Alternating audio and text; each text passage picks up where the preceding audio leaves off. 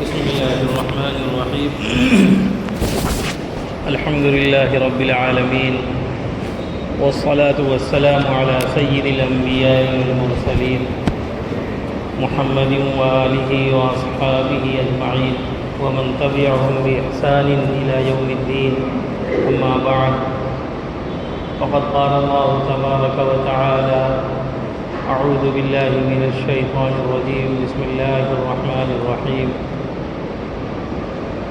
ويوم يعض الظالم يديه يقول يا ليتني اتخذت مع الرسول سبيلا يا ويلتى لم اتخذ فلانا خليلا لقد أضلني عن الذكر بعد إذ جاءني وكان الشيطان للإنسان خذولا. صدق الله العظيم. محترم بزرگوں اور دوستوں، ابھی میں نے سورہ فرقان کی 3 چھوٹی آیتیں تلاوت کی ہیں. سورہ فرقان 18ویں پارے کی آخری صورت ہے. 18ویں پارے سے شروع ہو کر 19ویں پارے میں ربع پہ ختم ہوتی ہے، اور یہ صورت مکی صورت ہے. اس کی بعض آیات مدنی بھی ہیں، مفسرین نے کہا ہے، لیکن زیادہ تر آیتیں مکی ہیں، اور وہاں کے احوال اور وہاں جو مسائل اور مسائل تھے ان کا بھی تذکرہ ہے. اور ہمارے ذہنوں میں یہ بات رہنی چاہیے کہ قرآن مجید قیامت تک کے لیے، اس میں جب کسی واقعے کا تذکرہ ہو، کسی بات کا تذکرہ ہو، تو اس کا مطلب یہ نہیں ہے کہ اس واقعے کے لیے یہ آیت نازل ہوئی اور بات ختم ہو گئی. ان آیات کا پس منظر ہوتا ہے جسے تفسیر کی اصطلاح میں شان نزول کہا جاتا ہے، کہ یہ قرآن کی جو آیتیں نازل ہوئی ہیں کسی خاص واقعے کے موقع پر نازل ہوئی ہیں، تو اس شان نزول، اس پس منظر سے قرآن کی آیات کو سمجھنے میں آسانی ہوتی ہے اور اس کا مدعا سمجھ میں آ جاتا ہے. لیکن مطلب یہ نہیں ہے کہ بس اسی لیے ہوا تھا، اب اس کے بعد اس کا کوئی تعلق نہیں ہے، بلکہ قیامت تک کے لیے یہ کتاب ہدایت ہے، اور قیامت تک کے آنے والے مسائل ان کا حل ہے، اور اس کا مخاطب دنیا کا ہر انسان ہے، ہر انسان، اس لیے کہ یہ آخری کتاب ہے، اللہ کی طرف سے اتاری گئی ہے اور انسانوں کی ہدایت کے لیے اتاری گئی. ذالک الکتاب فرمایا گیا، اور کہیں فرمایا کہ ھدی للناس، انسانوں کی ہدایت کے لیے، تمام انسانوں کی ہدایت کے لیے اللہ نے اس کتاب کو اتارا ہے. تو قرآن مجید جب آپ پڑھیں، اللہ توفیق دے انسان کو تو اس کے مفاہیم کو سمجھ کر پڑھیں، تو بعض مرتبہ پڑھتے پڑھتے کچھ چیزیں ایسے سامنے آ جاتی ہیں کہ ایسا لگتا ہے کہ یہ ہماری بات اور ہمارے احوال بیان کیے جا رہے ہیں اور ہماری بات کی جا رہی ہے. اور قرآن خود اس بات کا طرف اشارہ کرتا ہے کہ ہم نے تم پر ایسی کتاب نازل کی ہے جس کے اندر تمہارا ذکر ہے. لقد انزلنا الیکم کتابا فیہ ذکرکم، یعنی ہم نے تمہارے اوپر ایک ایسی کتاب اتاری ہے جس کے اندر تمہارا تذکرہ ہے، ہمارا اور آپ کا. بہرکیف، تو ان آیات میں جو میں نے ابھی تلاوت کی ہے، اللہ رب العزت فرماتے ہیں قیامت میں جب قیامت برپا ہوگی اور قیامت کے احوال سامنے آئیں گے، تو اس دن وَيَوْمَ يَعَضُّ الظَّالِمُ، عَزَّ يَعُزُّ کہتے ہیں دانت سے کسی چیز کو کاٹنے کو. تو ظالم اپنے ہاتھ کو چبا رہے ہوں گے، اپنی انگلیوں کو چبا رہے ہوں گے. کس بات پر؟ کیوں؟ کس بات کا انہیں افسوس ہوگا، اور کس بات پر انہیں ندامت ہوگی، کس بات کی انہیں شرمندگی ہوگی.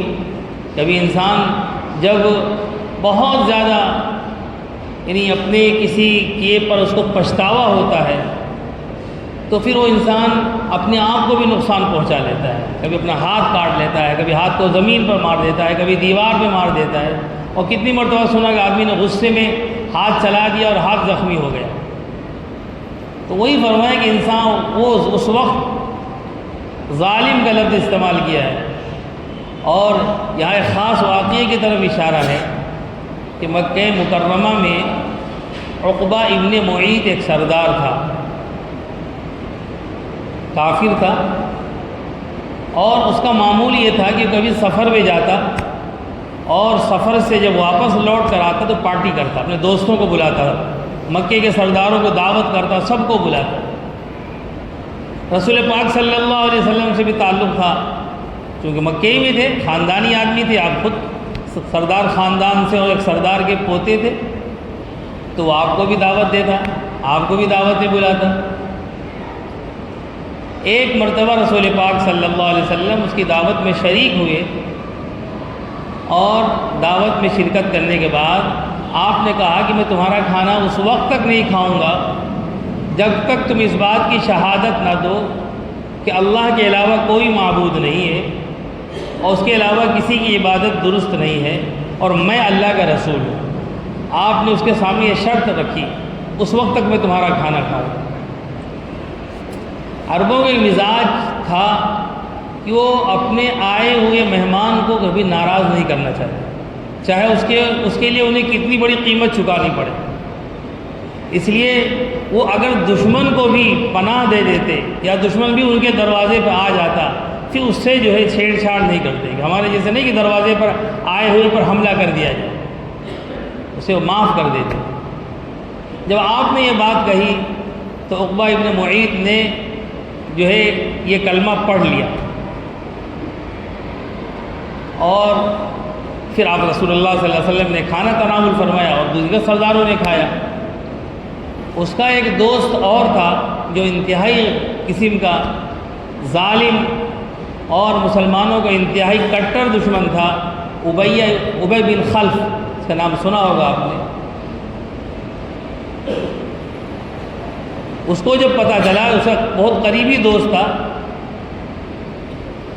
کہ عقبہ ابن معیط مسلمان ہو گیا ہے، کلمہ پڑھ لیا ہے، جب اس نے پوچھا تم نے ایسا کیا ہے، تو اس نے کہا کہ اب ہمارے دروازے پہ مہمان آ گئے اور عذر پیش کیا کہ میں نہیں چاہتا کہ میرے دروازے سے بغیر کوئی کھائے چلا جائے، لہذا میں نے یہ کلمہ پڑھ لیا ہے، لیکن میں مسلمان نہیں ہوں۔ اس نے کہا کہ تم مسلمان نہیں ہو، اس بات کے اظہار کے لیے تم نعوذ باللہ محمد صلی اللہ علیہ وسلم کے پاس جاؤ اور ان کے چہرے پہ تھوکو۔ نعوذ باللہ یہ ظالم گیا، اس نے یہ حرکت کی، بدبختی تھی، اور پھر انجام یہ ہے کہ غزوہ بدر میں یہ دونوں مارے گئے، ابی بن خلف مارا گیا اور عقبہ ابن معیط بھی مارا گیا، اور دونوں واصلے جہنم ہوئے۔ تو یہ قرآن کہتا ہے کہ اس نے صرف دوستی کی خاطر اور دوست کو خوش کرنے کی خاطر اتنی بڑی بدبختی جو ہے مول لے لی، اتنا بڑا اس نے اپنا آخرت کے لحاظ سے نقصان کر دیا کہ اب وہ ہمیشہ کے لیے جہنم میں جائے، اور جب کل قیامت کا دن ہوگا تو اپنے اس کرتوت پر، اپنے اس عمل پر اتنا پچھتائے گا کہ اپنے ہاتھ کو کاٹ رہا ہوگا، اپنا ہاتھ چبا رہا ہوگا، اپنے دانتوں سے اپنی انگلیاں چبا جائے کہ میں نے کیا کر دیا۔ یہ قرآن کہتا ہے وَيَوْمَ يَعَضُّ الظَّالِمُ عَلَى يَدَيْهِ، اور اس دن جس دن ظالم اپنے ہاتھ کو چبا رہا ہوگا، وَيَقُولُ، اور کہے گا یا لیتنی لم اتخذ فلانا خلیلا، کاش کہ میں نے فلاں کو اپنا دوست نہ بنایا ہوتا۔ فلان سے مراد یہاں پر مفسرین نے کہا کہ ابی بن خلف ہے، قرآن نے اس کا نام نہیں لیا، نام بھی لیا جا سکتا تھا، لیکن یہ بتانے کے لیے کہ اگر انسان دنیا کے اندر اس کے کچھ دوست ایسے ہیں، کچھ احباب ایسے ہیں، اہل تعلق ایسے ہیں جو اسے حق سے ہٹا دیتے ہیں، جو اسے ظلم پر آمادہ کر دیتے ہیں، جو اسے حق تلفی پہ لے جاتے ہیں، جو اسے زیادتی کرنے پہ لے جاتے ہیں۔ اور انسان کبھی رواداری میں دوست کے خاطر اور دوست کا دل نہ دکھے اس کے خاطر ان چیزوں کو کرتا ہے تو اس کا انجام بھی یہی ہوگا۔ یہ قرآن بتانا چاہتا ہے۔ ابی بن خلف اور عقبہ بن معیط کا جو انجام ہوا تو ہو گیا ان کا، وہ تو اب جھیلیں گے، اس سے انہیں کوئی بچا نہیں سکتا۔ لیکن قرآن اس واقعے کی طرف اشارہ کر کے اہل ایمان کو یہ بات، قرآن ہر ایک سے مخاطب ہو کر یہ بات کہنا چاہتا ہے کہ ہم کس کو دوست بناتے ہیں، دوستی ہم کس سے کرتے ہیں، اور اس دوست کے خاطر ہم کیا کرتے ہیں، اس کی بات کو ہم کہاں تک مانتے ہیں۔ بہت مرتبہ ایسا ہوتا ہے کہ انسان کا وہ کام کرنے کا ارادہ نہیں ہوتا، لیکن دوست مل جاتے ہیں، اسے کرا دیتے ہیں، اور دوستوں کی خاطر وہ کر گزرتا ہے، اور پھر ایک طرح سے جب اس دلدل میں پھنس جاتا ہے تو پھر نکل نہیں پاتا۔ جتنے بھی جرائم، جتنی بھی غلط عادتیں انسان کے اندر پروان چڑھتی ہیں، اس کا ایک بہت بڑا ذریعہ اور بہت بڑا سبب جو ہوتا ہے اس کے دوست ہوتے ہیں، اس کے احباب ہوتے ہیں، کہ اسے اس لت میں، ان چیزوں میں اسے وہ لگا دیتے ہیں۔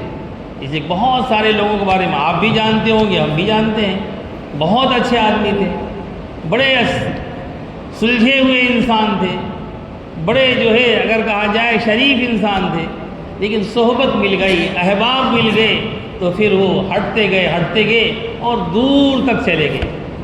جو اچھائیاں تھیں، جو خوبیاں تھیں، جو نیکیاں تھیں، ان سے دور ہٹ گئے اور پھر اسی ماحول کے اور اسی میں وہ پڑ گئے۔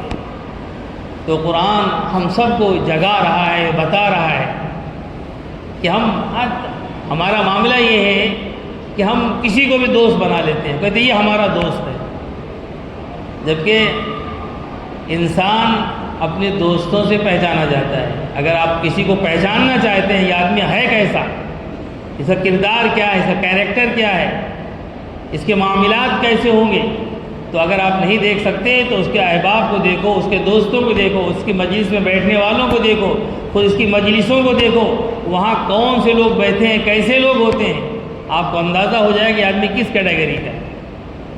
اس اللہ کے رسول نے فرمایا انسان دیکھے وہ کس کو دوست بنا رہا ہے۔ اس لیے اس کی بڑی اہمیت ہے۔ انسان اگر محبت کسی سے ہے، کسی سے دوستی ہے، اور یہ دوستی کی بنیاد دین ہے، یہ دوستی کی بنیاد اللہ کی محبت ہے، اس دوستی کی بنیاد رسول کی محبت ہے،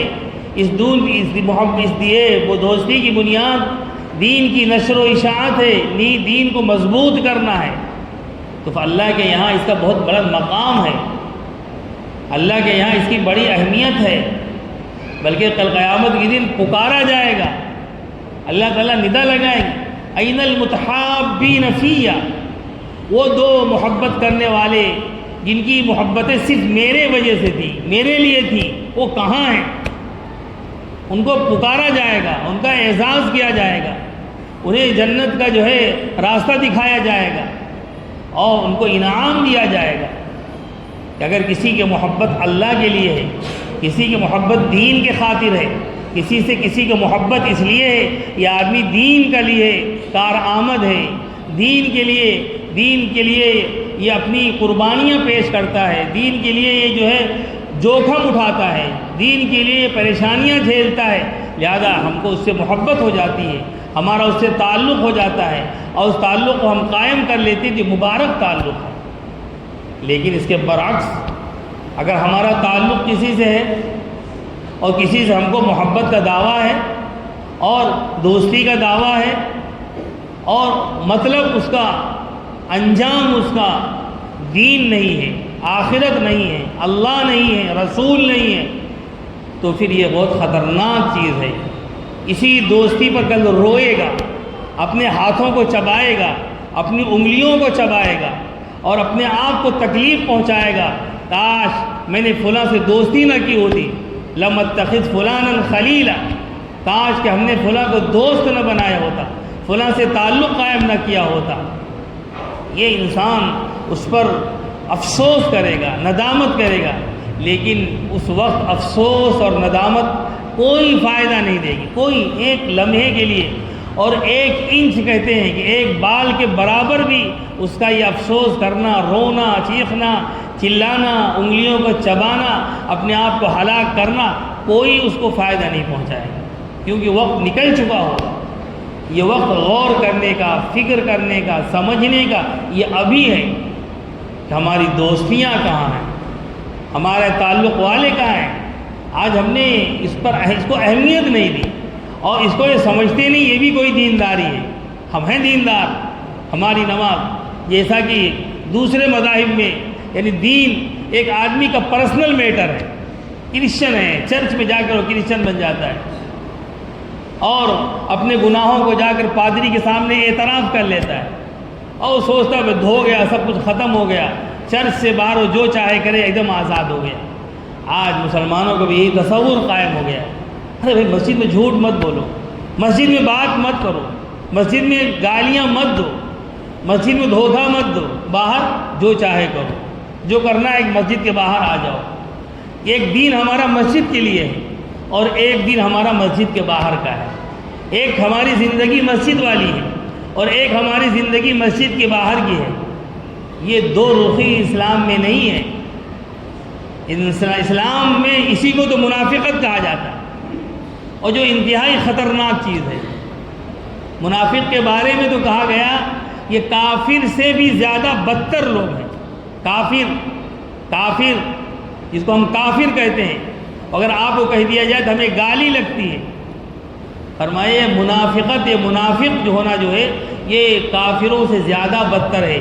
اس لیے قرآن میں کہا گیا ان المنافقین فی الدرک الاسفل من النار، کہ منافق جو ہوگا جہنم کے سب سے نچلے درجے میں ہوگا، کافر بھی اس سے تھوڑا اوپر ہوگا، منافق اس سے بھی نیچے ہوگا۔ تو ہماری زندگی کا جو نفاق ہے یہ ختم ہونا چاہیے، ورنہ اس نفاق کے ساتھ یہ دین ہمیں فائدہ نہیں پہنچا سکتا۔ کہ آج ہم نے یہ سوچ لیا ہے کہ بس ہماری نماز اور ہماری دینداری، ہمارے حج، ہمارے عمرے، ہمارے صدقات، ہمارے خیرات، اور ہمارا ظاہری رہن سہن، ہماری تسبیحات، ہماری تہجد، ہماری تلاوت بیڑا پار کر دیں گی، اور معاملات ہم جیسے چاہے کریں، جس کو چاہے دھوکہ دیں، جس کا چاہے کھا لیں، جس کا چاہے مار لیں، اور جس کو جو چاہے کہہ دیں، اور جس سے چاہے دوستی کر لیں، اور جس سے چاہے دوستی نبھا لیں، یہ سب چل جائے گا۔ یہ چلنے والا نہیں ہے، یہ غلط فہمی ہے، یہ شیطانی دھوکہ ہے جو قیامت کے دن واضح ہو جائے گا، سب نظر آ جائے گا، اور پھر اس وقت لگے گا یہ ہم نے کیا کیا۔ یا ویلتا لیتنی لم اتخذ فلانا خلیلا لقد اضلنی عن الذکر بعد اذ جاءنی۔ اور ہدایت آ جانے کے بعد، ذکر آ جانے کے بعد، دین آ جانے کے بعد، شریعت آ جانے کے بعد، اللہ کا حکم آ جانے کے بعد، وَكَانَ الشَّيْطَانُ لِلْإِنسَانِ خَذُولًا، اور شیطان جو ہے انسان کے لیے جو ہے اس کے لیے ذلت کا سامان بن گیا، اس کے لیے دھوکہ بن گیا، اور کہے گا شیطان نے ایسا کرا دیا۔ کرتا انسان الزام شیطان کے اوپر، تو شیطان کا تو کام ہی یہی ہے، وہ تو آیا ہی اسی لیے ہے۔ لیکن آج ہماری دوستی شیطان سے ہو گئی۔ قرآن نے تو کہا ہے ان الشیطان لکم عدو فاتخذوہ عدوا، شیطان تمہارا کھلا ہوا دشمن ہے، اس کو دشمن بنا لو، اس کو دشمن بنا لو۔ اور ہم نے کیا کیا؟ ہم نے دوست بنا لیا۔ جو بھائی کہے گا وہ کریں گے، جو بھائی کرے گا وہ کریں گے، اور جب قیامت کے دن میدان محشر میں، قبر میں حالات آئیں گے تو قریب بھی نہیں آئے گا، وہ دور کھڑا ہو جائے گا۔ بھائی تو نپٹ، اب میرا کام ختم ہو گیا، مجھے جس کھڈے میں تجھ کو گرانا تھا میں نے یہ گرا دیا، میں تو اللہ سے اسی کی مہلت مانگ کر آیا تھا، میرا کام ہی یہی تھا، میں تو اپنا کام کر رہا تھا، اپنا کام کر کے آ گیا۔ اس لیے میرے بھائیوں، میرے بزرگوں، دوستوں، ہمیں اپنی زندگی کے بارے میں غور و فکر کرنا چاہیے، اپنے احباب کے بارے میں سوچنا چاہیے، اور اپنی زندگی کی قیمت کو جاننا چاہیے کہ ہم نے اس کو یوں ہی سمجھ لیا گزارنے کے لیے، وہ زندگی اللہ نے دے دی ہے اور گزار کے چلے جائیں گے، اور گزر رہی ہے۔ صبح ہوتی ہے، شام ہوتی ہے، عمر یوں ہی تمام ہوتی ہے، گزر گئی۔ صبح ہوتی ہے تو شام کا انتظار، شام ہوتی ہے تو صبح کا انتظار، رات گزارنی ہے، دن گزارنا ہے، دوستوں کا انتظار، محفلوں کا انتظار، اور یہ کرتے کرتے زندگی ختم ہو جاتی ہے۔ اللہ نے زندگی اس کے لیے نہیں دی، اللہ نے زندگی دی ہے آخرت کو بنانے کے لیے، آخرت کو سنوارنے کے لیے، جنت اپنی قبر کو بنانے کے لیے۔ اس لیے کہا گیا کہ قبر جو ہے یا تو یہ جہنم کا گڑھا ہے یا جنت کا ٹکڑا ہے، یہ تمہارے ہاتھ میں ہے۔ تم اسے جنت کا باغ اور جنت کا ٹکڑا بنانا چاہتے ہو یا اسے جہنم کا گڑھا بنانا چاہتے ہو۔ حفرۃ من حفر النار یا حفرۃ من حفر الجنہ، یہ قبر جنت کے گڑھوں میں سے ایک گڑھا ہے یا جہنم کے خندقوں میں سے ایک خندق ہے۔ یہ کیا بنانا چاہتے ہیں؟ یہ اختیار اللہ نے ہمیں اور آپ کو دیا ہے۔ ہم کہتے ہیں اللہ جو چاہے گا وہ ہوگا، یقیناً وہی ہوگا، لیکن اللہ نے ہمیں دنیا میں اختیار دیا ہے، اللہ نے ہمیں مجبور محض نہیں بنا دیا ہے۔ یہ شیطانی وساوس ہیں جو ہم ہر چیز اللہ پر ڈال دیتے ہیں۔ دنیا کا فائدہ ہے تب تو یہ نہیں کہیں گے کہ دکان آج نہیں کھولیں گے، کارخانے پہ نہیں جائیں گے، آفس میں نہیں جائیں گے، اللہ جو چاہیں گے وہ ہو جائے گا۔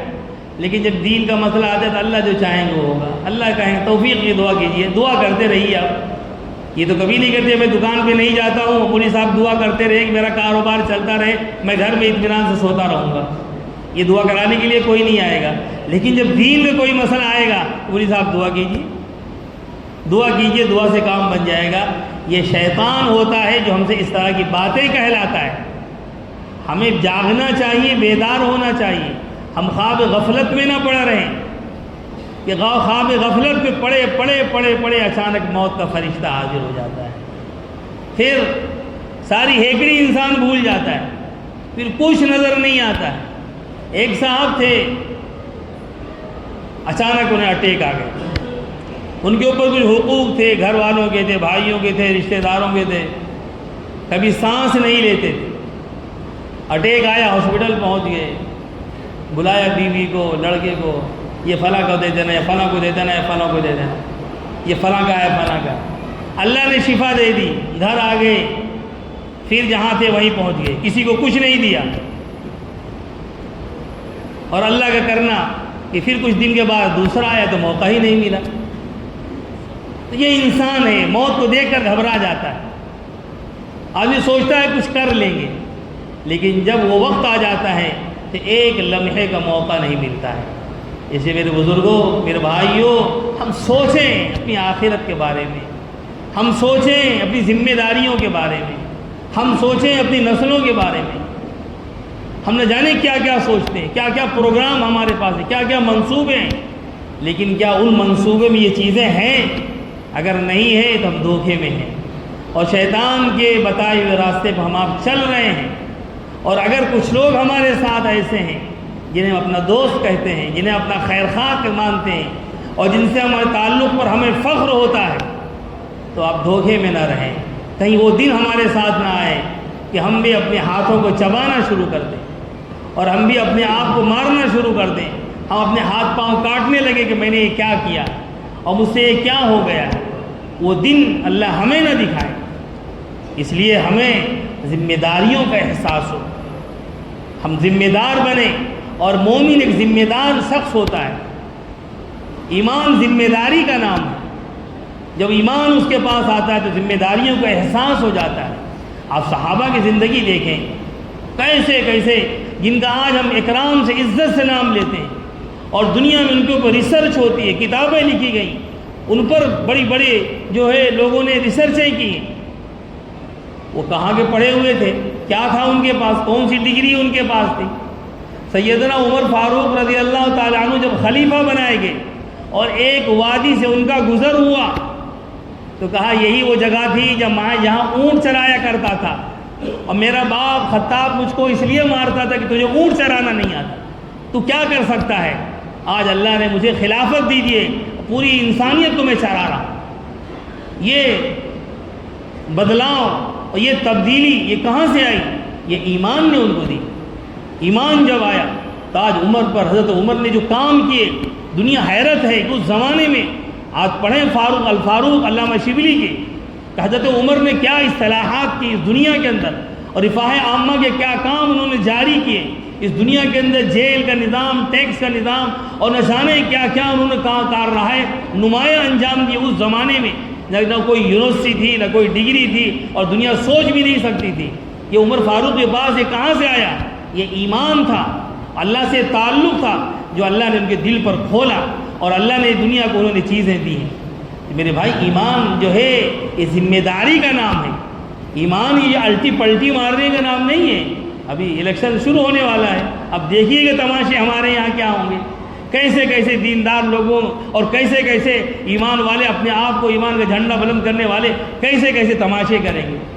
قوم کہاں جا رہی ہے، ملت کہاں جا رہی ہے، اس کا کیا فائدہ اور نقصان، کچھ نہیں ہے۔ یہ میرا دوست ہے، یہ میرا کام کا ہے، یہ میرا فلاں ہے، یہ میرا فلاں ہے، اور پیچھے بھاگے جا رہے ہیں، دوڑائے جا رہے ہیں، اور پوری امت کو کھڈے میں چلانے جا رہے ہیں۔ اس لیے میرے دوستو، یہ ہمارا کام نہیں، ہم بھیڑ بکری نہیں ہیں۔ ہم اپنی قیمت کو سمجھیں، اپنی اہمیت کو جانیں، اپنی ذمہ داریوں کو سمجھیں۔ اللہ نے ہمیں ذمہ دار بنایا ہے، ہمارے اندر ذمہ داری کا احساس ہو، ہم کسی کے بہکاوے میں، کسی کے بتلاوے میں نہ آئیں۔ اللہ نے دل و دماغ ہمیں دیا ہے، ہم غلاظت نہیں کھا لیتے، ہم گٹر میں منہ نہیں مار دیتے، بازار میں جا کر ہم گندی اور سڑی چیزوں کو نہیں خرید لیتے۔ تو دین کے معاملے میں یہ سڑا پن کیوں، یہ بدذوقی کیوں کہ سڑی ہوئی اور سڑے ہوئے لوگوں کے ساتھ میں ہم کھڑے ہو جاتے ہیں؟ بدبودار لوگ جن کے پاس کھڑا ہونا جو ہے انسان گمان نہ کرے اہل ایمان، اور ان سے ہم دوستی کا دم بھرنے لگتے ہیں، یا میرا دوست ہے، میرا اہل تعلق ہے۔ اس وقت ہمارا دماغ، اس وقت ہماری حکمت، اور اس وقت ہماری پرکھ کہاں چلی جاتی ہے؟ وہ شیطان ہوتا ہے۔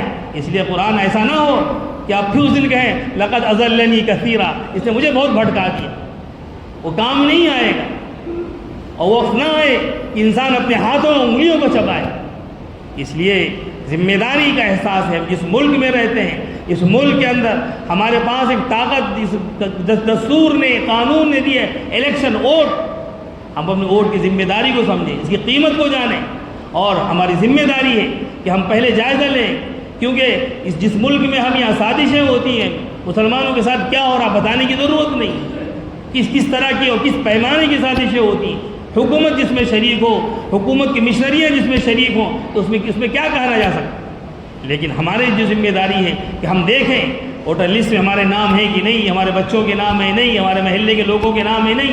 جس طرح ہم بہت سارا کام کرتے ہیں، یہ کام کریں، اس مضبوطی کو تھامیں، اور اس کے بعد بھی جب موقع آئے تو پھر دل و دماغ کو کھول کر، اور جس سے فائدہ پہنچنے والا ہو، اور جس سے جو ظالم ہیں، جو کھلا ہوا ظلم کر رہے ہیں۔ آج تو بظاہر اس ملک میں جو سیاسی نظام ہے، ہم کسی کو اچھا اور برا کہہ ہی نہیں سکتے، بس کوئی زیادہ برا ہے، کوئی کم برا ہے، یہ کر سکتے ہیں۔ باقی ہمارے لیے تقریباً سب وہی ہیں، لیکن کچھ جہاں سے نقصان کا اندیشہ کم ہو، اس کو ہمیں اختیار کرنا ہے، اور اس کے لیے ہمیں جو تدبیریں اختیار کرنی چاہیے وہ کرنی ہے۔ لہذا ہم بکاؤ مال نہ بنیں۔ جس طرح کہ ہمارے شہر کے بارے میں اور مسلمانوں کے بارے میں رائے قائم کر لی گئی، یہ کیسی رائے ہے؟ انہیں لوگ خریدا جا سکتا ہے، اور لوگ چھوڑے جا چکے ہیں، بیپاری آ چکے ہیں، اور ہمارا آپ کو بیٹھے بیٹھے سودا کر لیتے ہیں۔ ہم مسجد میں، تسبیح میں، نماز میں مگن ہیں، اور ہمارا سودا ہو رہا ہے، تو ہم ان کو بتلا دیں ہم سودا نہیں ہے۔ اللہ نے ہمیں دل و دماغ دیا ہے، اللہ نے ہمیں عقل و شعور دیا ہے، ہم اس عقل و شعور کا استعمال کریں، اور اس ملک کے اندر ایک طاقت بنے، انشاءاللہ طاقت بنے گی۔ ایسا نہیں ہے کہ اندھیرے ہمیشہ نہیں رہیں گے۔ یہ صبح کا ہونا اور رات کا جانا، یہ اس بات کی علامت ہے کہ ظلم کبھی باقی نہیں رہا ہے۔ یہ سورج جب کتنی تمازت پہ، کتنی شدت کے ساتھ ہے، لیکن شام ہوتے ہوتے ڈھل جائے گا۔ ایسے یہ ظلم نہ جانے کتنے ظالم آئے اور ان کا وجود ختم ہو گیا۔ یہ وقت ہو سکتا ہے رات تھوڑی لمبی ہو جائے، لیکن صبح یقینی ہے، لہذا مایوس نہیں ہے۔ مایوسی تو ہمارے یہاں کفر سے تعبیر کیا جاتا ہے۔ ہم مایوس نہیں ہوتے ہیں، اور گھبراتے بھی نہیں، اور ڈرتے بھی نہیں، لیکن ہمارے بس میں جو ہے ہم وہ کریں، ہمارے ہاتھ میں جو تدبیریں، ان تدبیروں کو ہم اختیار کریں۔ یہی ہمیں سنت سے ملتا ہے، یہی قرآن کی تعلیمات ہیں، اور اسی کے ہم مکلف ہیں۔ ہم حالات بدلنے کے مکلف نہیں، اس حالات بدلنے کی جو تدبیریں کی جا سکتی ہیں ہم تدبیر کر سکتے ہیں۔ وَمَكَرُوا وَمَكَرَ اللَّهُ وَاللَّهُ خَيْرُ الْمَاكِرِينَ۔ وہ بھی تدبیریں کر رہے ہیں، وہ بھی فریب کر رہے ہیں، بہترین تدبیر کرنے والا تو اللہ ہے. اللہ کے سامنے کسی کی چلنے والی نہیں ہے. اللہ کیسے کو کیسے کر دیتا ہے وہ اللہ ہی جانتا ہے. لہذا ہم اس سے بے پرواہ ہو کر ہم حق کے ساتھ، اچھائیوں کے ساتھ، نیکیوں کے ساتھ، بھلائیوں کے ساتھ ان کے ہم جو ہے خوگر بنیں اور ان کے ہم ساتھی بنیں. ان کو ہم کہیں یہ ہمارا تعلق والا ہے. گندوں کو، غلیظہ غلاظتوں کو اور گندے لوگوں کو ہم اپنے آپ کو بچائیں. یہ قرآن کی تعلیم ہے. جو میں نے قرآن کی آیت پڑھی تھی، کچھ لوگ بعد میں آئے، میں سنا دیتا ہوں پھر آیت کا ترجمہ. وَيَوْمَ يَعُضُّ الظَّالِمُ يَدَيْهِ، کل قیامت کے دن ظالم یعنی جنہوں نے اپنے اوپر ظلم کیا ہوگا، جنہوں نے غلط طریقے اپنائے ہوں گے، غلط راستے اپنائے ہوں گے، وہ اپنے ہاتھ کو، اپنی انگلیوں کو چبائیں گے اور یہ کہیں گے یا ویلتا لیتنی لم اتخذ فلانا خلیلا، کاش کہ میں نے فلاں کو اپنا دوست نہ بنایا ہوتا. جن دوستیوں کے ہم دم بھرتے ہیں، یہ فلاں میرا بڑا ہم نوا ہے اور بڑا فائدہ پہنچانے والا ہے اور میرے لیے یہ کرنے والا ہے، یہ ہمیں نقصان پہنچانے والے ہیں. اس لیے میرے بھائیوں، میرے دوستوں، ہم جو ہے اللہ سے اپنے تعلق کو قائم کریں، اللہ کے دین پر ہم قائم رہیں، شریعت کے احکام کو ہم فالو کریں اور اپنے بچوں کی، اپنی نسلوں کی تربیت کی فکریں کریں اور امت کے بارے میں سوچیں. امت کا فائدہ کہاں ہے اس کے بارے میں سوچیں. آپسی انتشار اور اختلاف، اپنی ذاتی پسند و ناپسند اس کو چھوڑیں. اللہ کی پسند اور نبی کی پسند کو ہم اختیار کریں. اللہ رب العزت ہمیں بھی اور آپ کو بھی نیک عمل کی توفیق عطا فرمائے. وآخر دعوانا الحمد للہ.